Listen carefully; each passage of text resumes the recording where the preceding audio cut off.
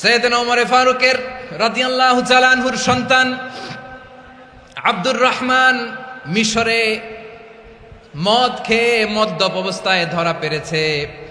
মদ খাওয়ার কারণে, মদ যদি কেউ পান করে আর যদি প্রমাণিত হয়, তার বিচার হলো 80 বেত। আওয়াজ করে বলেন কয় বেত?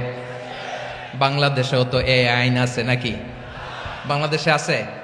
হ্যাঁ, মদ খাইলে 80 বেত, এই আইন বাংলাদেশে চালু হোক। আমরা চাই কি চাই না? চাই সবাই।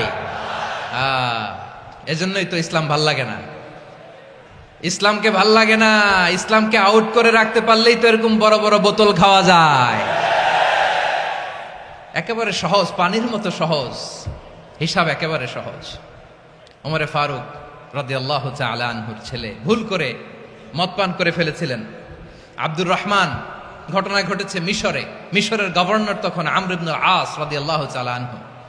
আব্দুর রহমানের ভাই যে গভর্নরকে বলল, গভর্নর যদি একটু দয়া করেন, খলিফার ছেলে আমার ভাই আব্দুর রহমান মদ্যপ অবস্থায় ধরা পড়েছে, জনসম্মুখে যদি আপনি বেত্রাঘাত করেন আমাদের প্রেস্টিজ থাকে না, যদি 80 বেত আপনি মারেন আমার কোনো কথা নাই, কিন্তু ঘরের ভেতরে মারেন।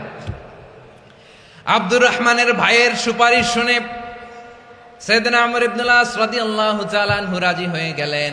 ঘরের ভেতরে লোকচক্ষুর আড়ালে 80 বেত তিনি মানলেন।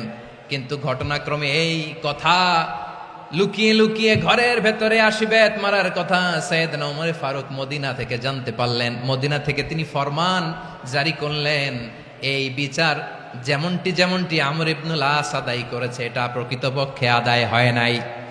আসো সবাই মদিনায় আসো, আমর ইবনুল আস মদিনায় আসো, আব্দুর রহমানও আসো, সবাই আসো, জনসম্মুখে এই বিচার কার্যকর করতে হবে।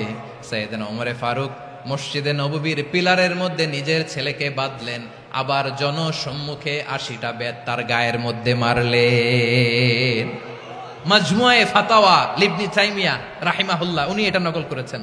এটা সবচেয়ে বিশুদ্ধ মত। আরো অনেক মত আছে, মারা গেছে কবরের উপর, ওগুলো বাদই দিলাম। কেমন খলিফা ছিলেন, কেমন খলিফা! পশ্চিমারা তোমরা জাস্টিস আমাদেরকে শেখাও, ইনসাফ কারে বলে সুশাসন আমাদেরকে তোমরা শিখাও। ওমরে ফারুক রাদিয়াল্লাহু তাআলা আনহু ওইটাকে, ওই বিচারকে তিনি ধর্তব্য মনে করেন নাই। মদিনাতে এনে আবার জনসম্মুখে আবার 80 বেত মেরেছেন। মিশরে ওমরে ফারুক রাদিয়াল্লাহু তাআলা আনহু আমর ইবনুল আসকে গভর্নর করে পাঠালেন। সেখানে আমর ইবনুল আসের ছেলে একটা প্রতিযোগিতায় রানার আপ হয়েছে। এক মিশরি সেখানে চ্যাম্পিয়ন হয়েছে। রানার আপ বুঝতে পেরেছেন তো? রানার আপ সেকেন্ড হয়েছে, এক মিশরি হয়েছে চ্যাম্পিয়ন প্রথম। কিন্তু গভর্নরের ছেলে ও জিততে পারে নাই। ও রাগে ওই মিশরির গায়ের মধ্যে কয়েকটা লাঠি দিয়ে বাড়ি মেরেছে।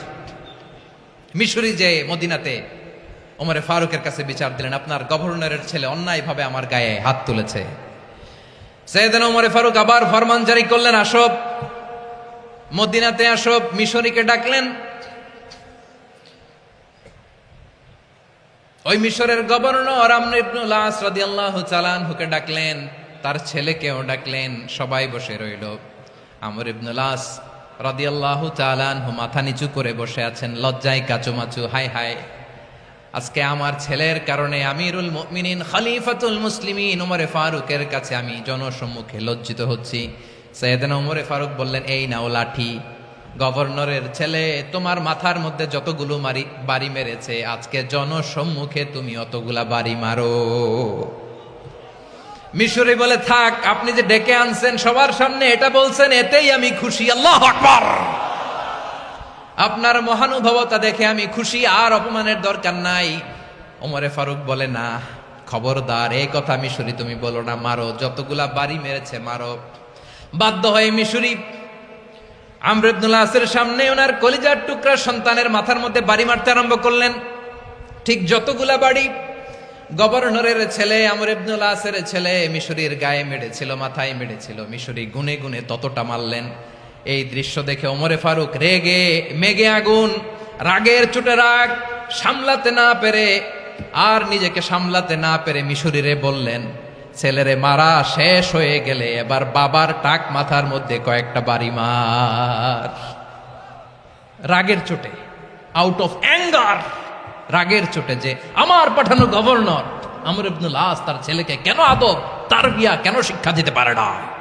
ছেলেরে মারা হইলে এবার আমর ইবনুল আসের মাথার মধ্যে দুইটা মারো, এটা রাগে বলেছেন।